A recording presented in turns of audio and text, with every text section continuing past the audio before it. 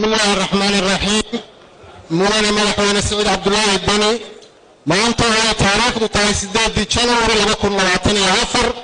waxa maxkamadda sare ee dowladda Puntland ku dhaaranaysaa xilka madaxweynaha dowladda Puntland Soomaaliya waxaana ku dhaaranaysaa maxkamaddu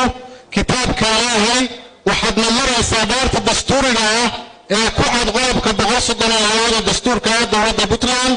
مولانا مدحوينه kitaabka gacanta saar waad naga dooranaysaa dalad